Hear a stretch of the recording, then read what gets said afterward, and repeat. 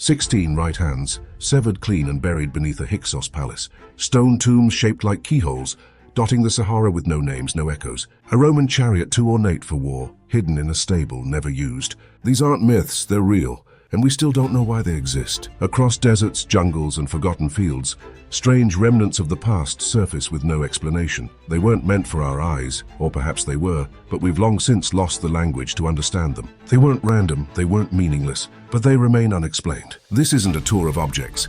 It's a map of mysteries carved into earth and bone, where every artifact feels like a question whispered through time. And somewhere beneath all this silence, something ancient is still waiting to be understood.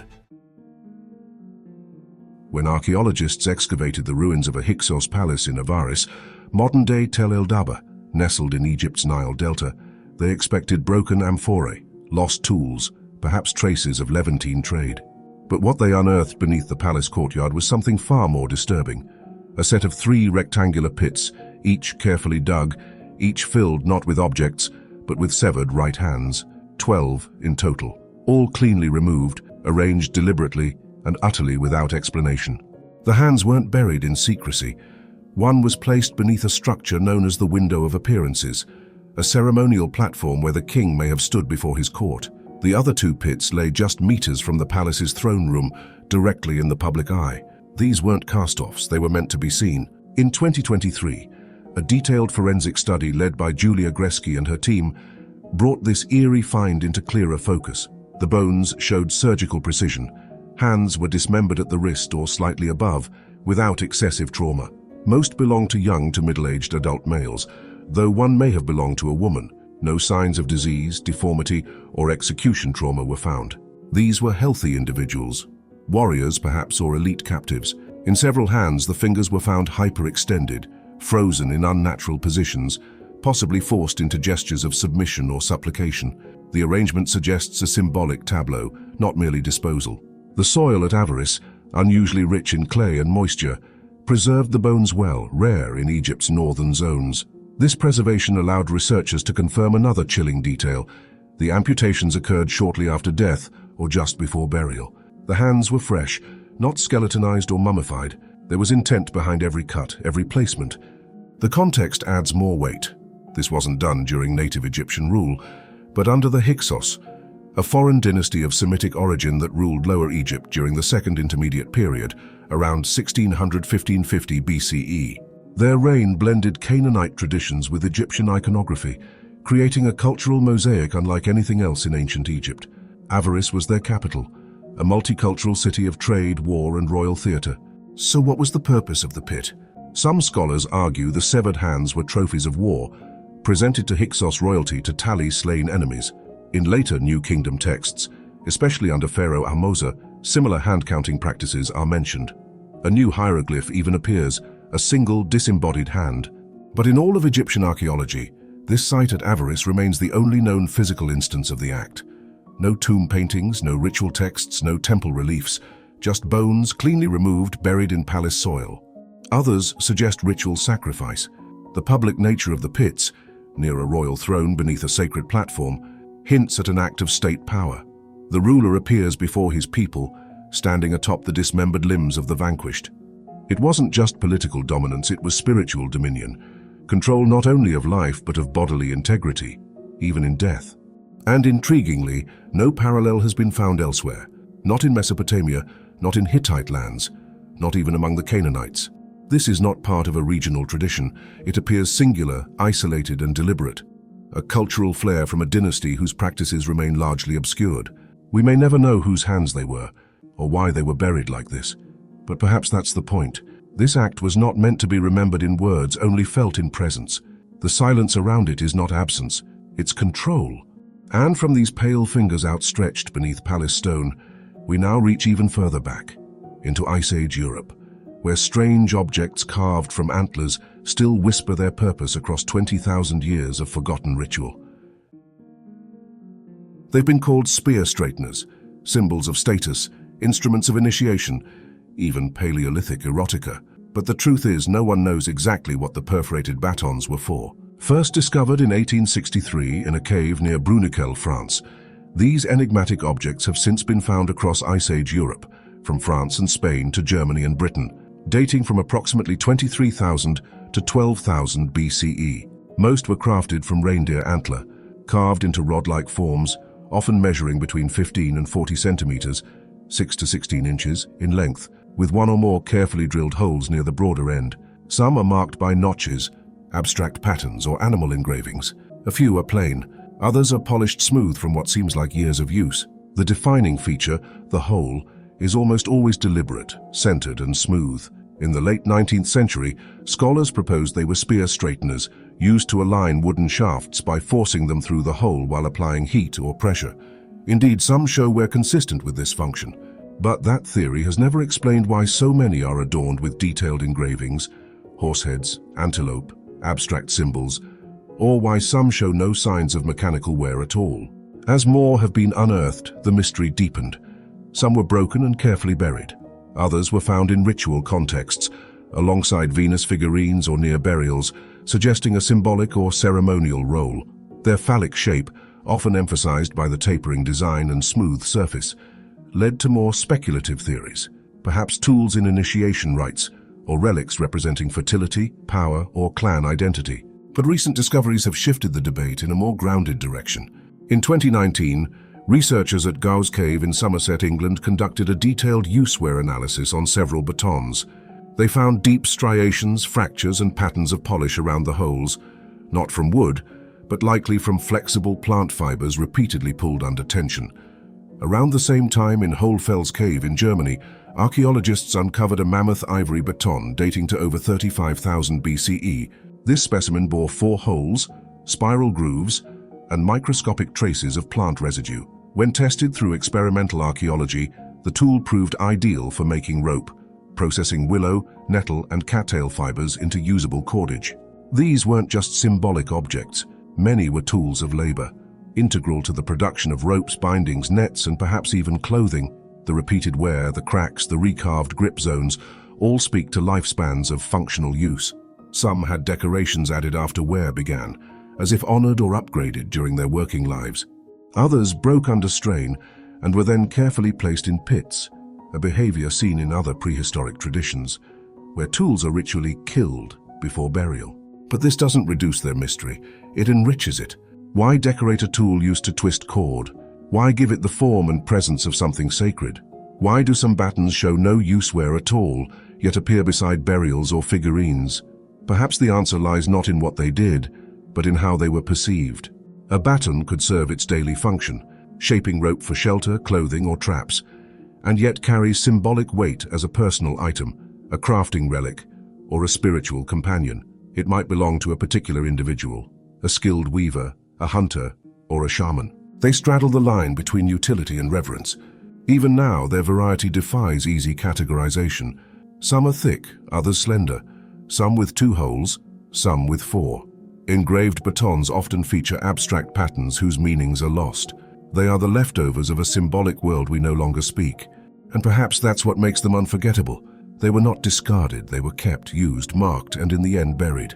Next, we move from Ice Age Europe to the southern tip of Africa, where 7 ceramic faces, hollow, wide-eyed, and waiting, were found buried in silence, as if still watching the land they came from.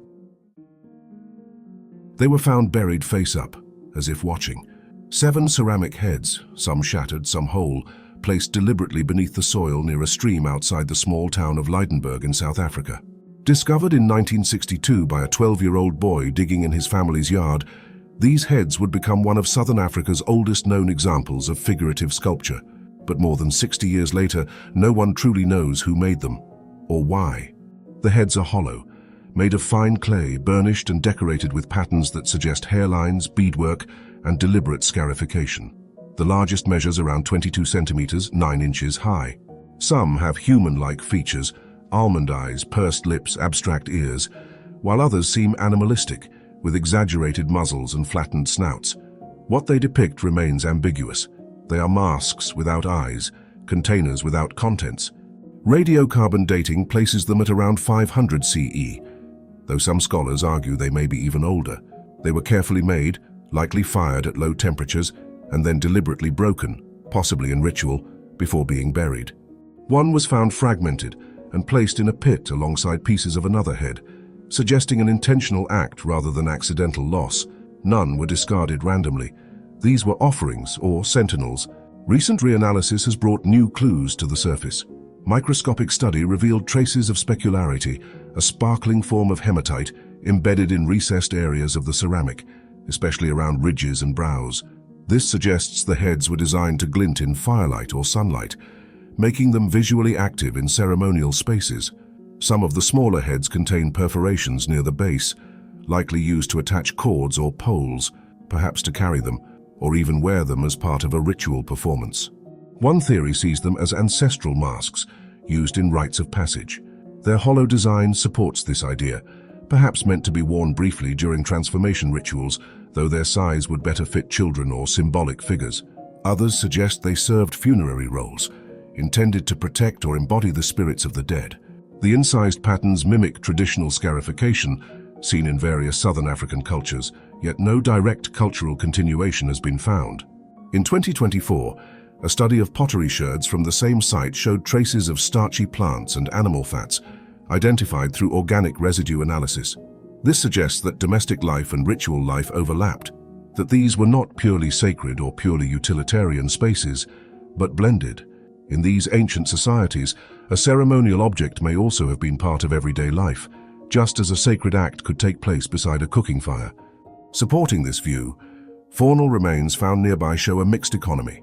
Domesticated sheep and cattle, but also wild antelope and hares, hunted alongside herding.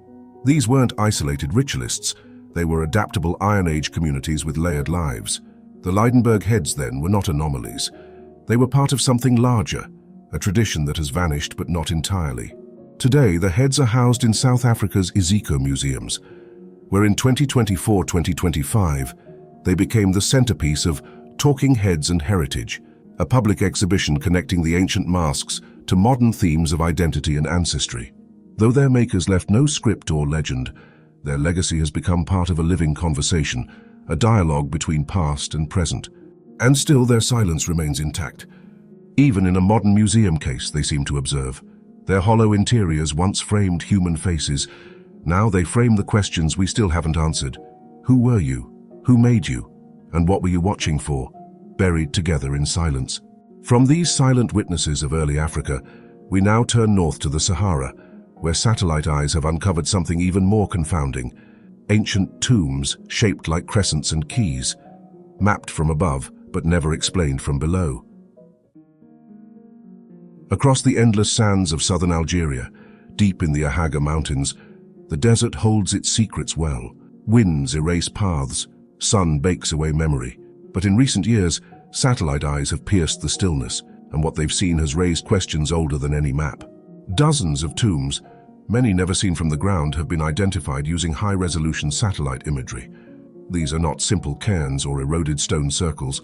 They are deliberately constructed, shaped into keyholes, crescents, triangles, and rings, spread across a region so remote that many have never been physically visited or excavated. And there is something else.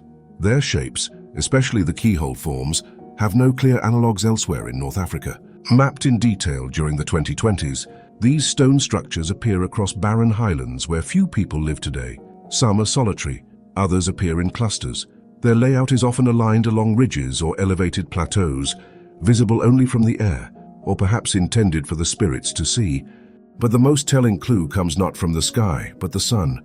A 2018 archaeoastronomy analysis of nearly 100 of these tombs revealed a clear and consistent pattern. Many of the keyhole and antenna-shaped structures are oriented eastward, toward the sunrise, especially at the summer solstice. These were not random stone piles. They were cosmically aligned, rituals of burial and memory tied to the rebirth of the day. The rising sun perhaps was the gateway through which the dead would ascend. In 2024, a comprehensive study published in L'Anthropologie classified the region's funerary monuments into distinct categories: crescents, triangles, classic tumuli, antenna tombs, and the most enigmatic, the trous de serrure, or keyhole tombs. These were confirmed as a distinct class, especially in the Ahaga, Ejere, and Amador regions, though many remain unexcavated. Their design features a circular stone mound with a tail-like extension, sometimes marked with radial spokes or small platforms.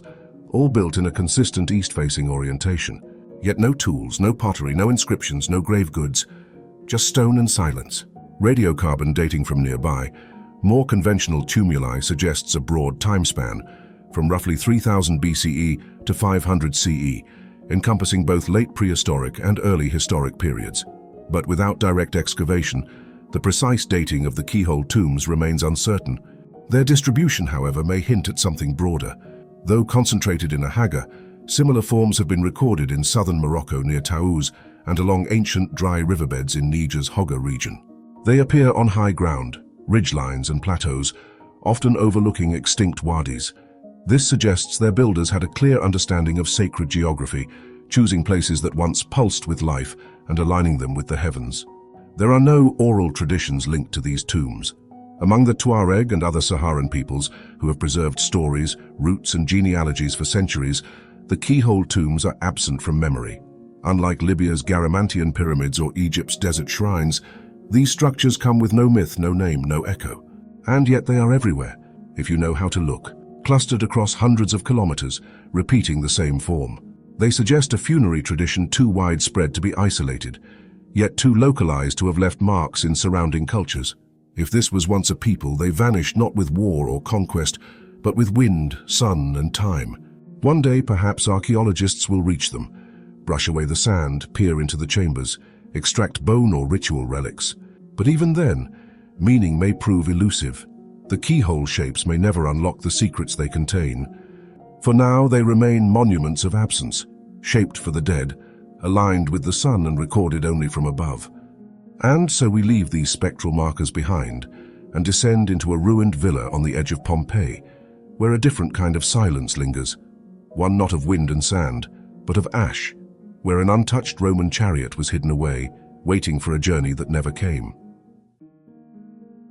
When Mount Vesuvius erupted in 79 CE, it froze a moment of Roman life in ash and ruin. Entire cities were entombed, villas paused mid-meal, ovens still warm, pets by doorsteps. Among remains, one discovery emerges for its surreal stillness: an ornate ceremonial chariot preserved almost intact. Found in 2021 at Civita Giuliana, a luxurious villa just beyond Pompeii's walls, the chariot lay nestled in a double-level portico connected to a stable. The structure had once housed at least 3 horses, one still harnessed. Nearby rooms held rough beds, weaving tools, ropes, baskets, and a carpenter's bench, the quarters of servants who lived in narrow, windowless cells. They maintained the villa's grandeur but did not share in it. The chariot, clearly a pillenum, was not built for roads. It had 4 iron wheels, a lightweight wooden frame adorned with bronze and tin, and elaborate painted floral panels in red and black. Its sides bore finely cast medallions of cupids, nymphs, satyrs, and an erotic crowned herm, a boundary figure often placed at symbolic thresholds. This was a vehicle of ritual power, not transport, and likely never left the estate. It rested in a chamber with wheel ruts in the floor, suggesting regular use by carts or carriages. But not this one. The pillentum was found between 2 side doors, facing inward as if waiting. No sign of wear, no harness marks. A ceremonial object, staged but never used. Its preservation is almost miraculous. Illegal looters had tunneled near it in the early 2000s. Their destruction collapsed part of the vault, inadvertently sealing the chamber from moisture. When archaeologists finally reached it, they used plaster casting to reconstruct the chariot's delicate wood. Harness ropes and fiber lashings, revealed not as artifacts, but as empty voids left in ash.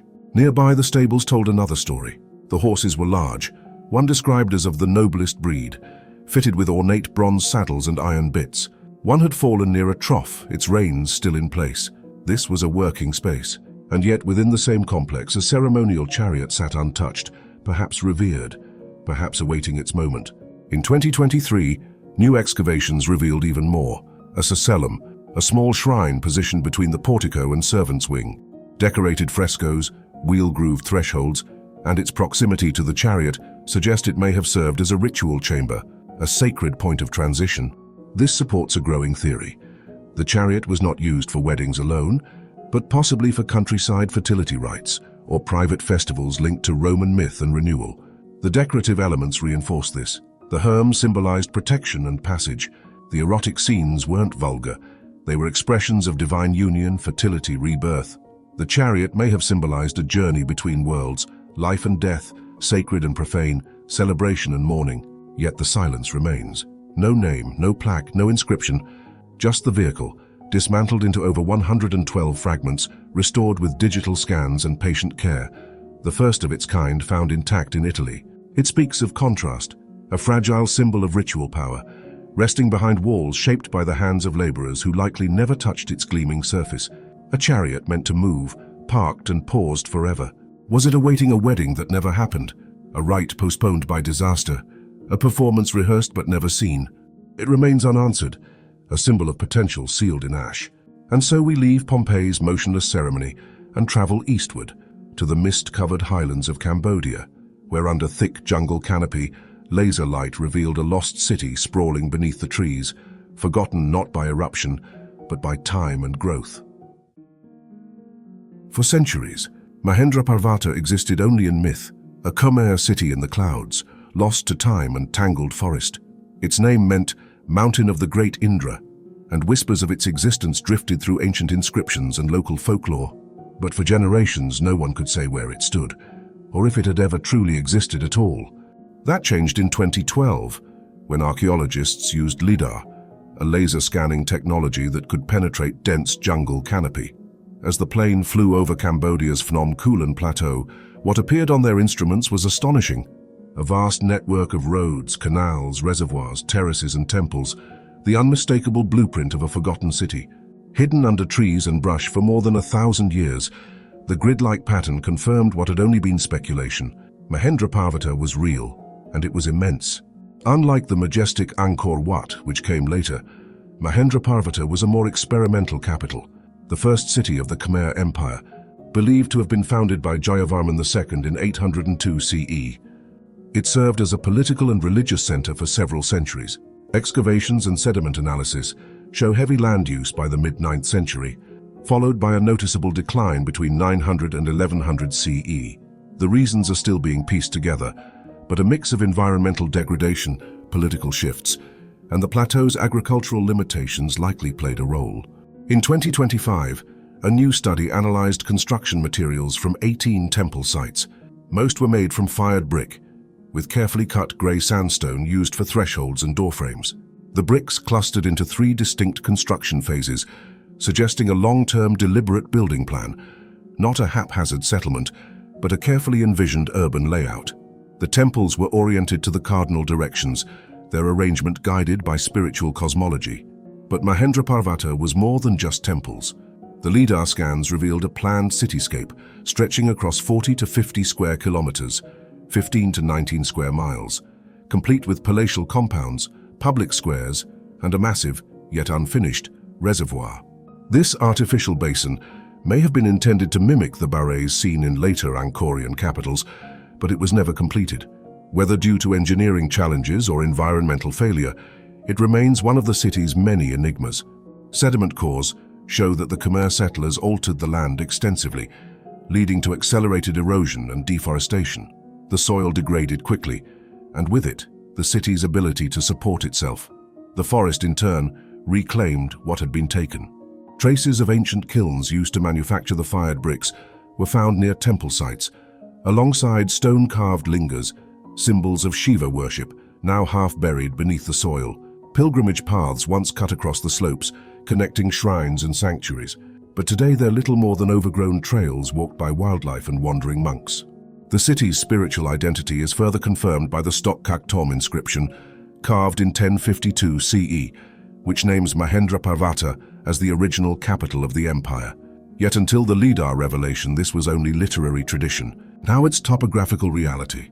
Despite its abandonment, Mahendraparvata never fully vanished from cultural memory.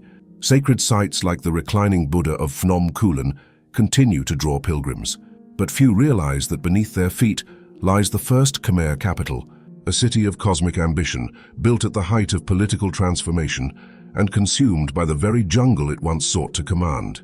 In 2020, the Phnom Kulen Plateau was placed on UNESCO's tentative list for World Heritage recognition. Its spiritual legacy, hydraulic innovations, and unique urban planning mark it as one of Southeast Asia's most important and least understood archaeological treasures. By the 11th century, Mahendraparvata had already begun to fade. The empire's center shifted toward the Tonle Sap Basin. Waterways dried, temples collapsed, gardens turned wild. It left behind no dramatic fall, no epic conquest, only silence and stone. Now lasers and patient excavation have begun to lift the veil. What remains is not a ruined city, but a forgotten blueprint, a sacred geometry swallowed by time and leaf.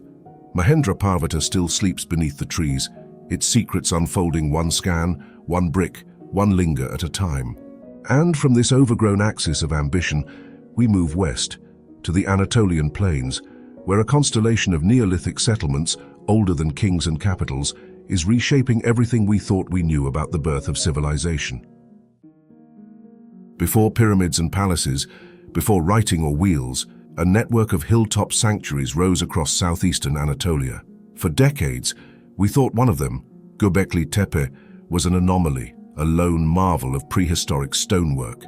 But that illusion has now crumbled. The discovery of Taş Tepeler, a cluster of more than a dozen sites scattered across the Sanliurfa region, is rewriting the origins of civilization itself. Taş Tepeler means stone hills, and the name is no exaggeration. These elevated settlements are dotted with massive T-shaped pillars, arranged in circular or rectangular enclosures. The best known of these, Göbekli Tepe, features carvings of animals, symbols, and humanoid figures. Some stones weigh 10 to 20 metric tons, 11 to 22 US tons, each quarried, shaped, and raised by communities that had no metal tools or domesticated animals.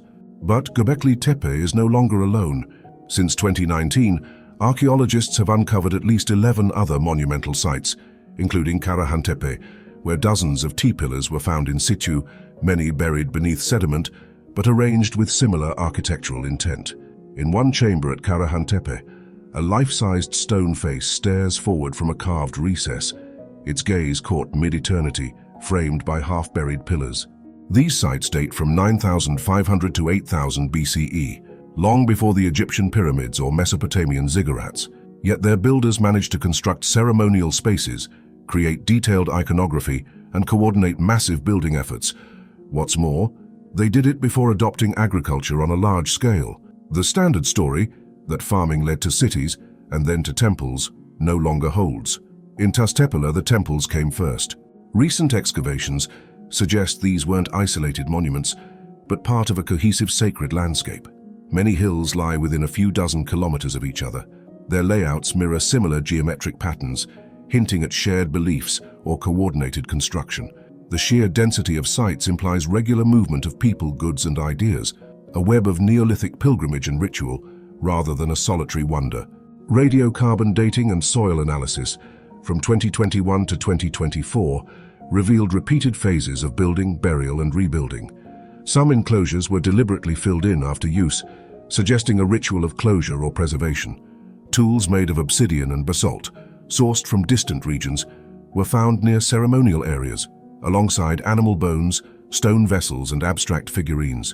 The absence of domestic architecture at many sites indicates these spaces were not for living, but for gathering, commemorating, and transforming. The iconography carved into these stones is another mystery. Snakes, foxes, scorpions, birds, bulls, some stylized, some lifelike, all rendered with startling confidence. Scholars debate their meanings: totems, mythic beasts, clan symbols. Some think they encode constellations. Others believe they tell stories of death, fertility, and cosmic cycles.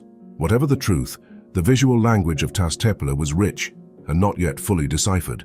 Göbekli Tepe was deliberately buried around 8,000 BCE, preserved beneath layers of soil, but the broader Taş Tepeler network continued to evolve.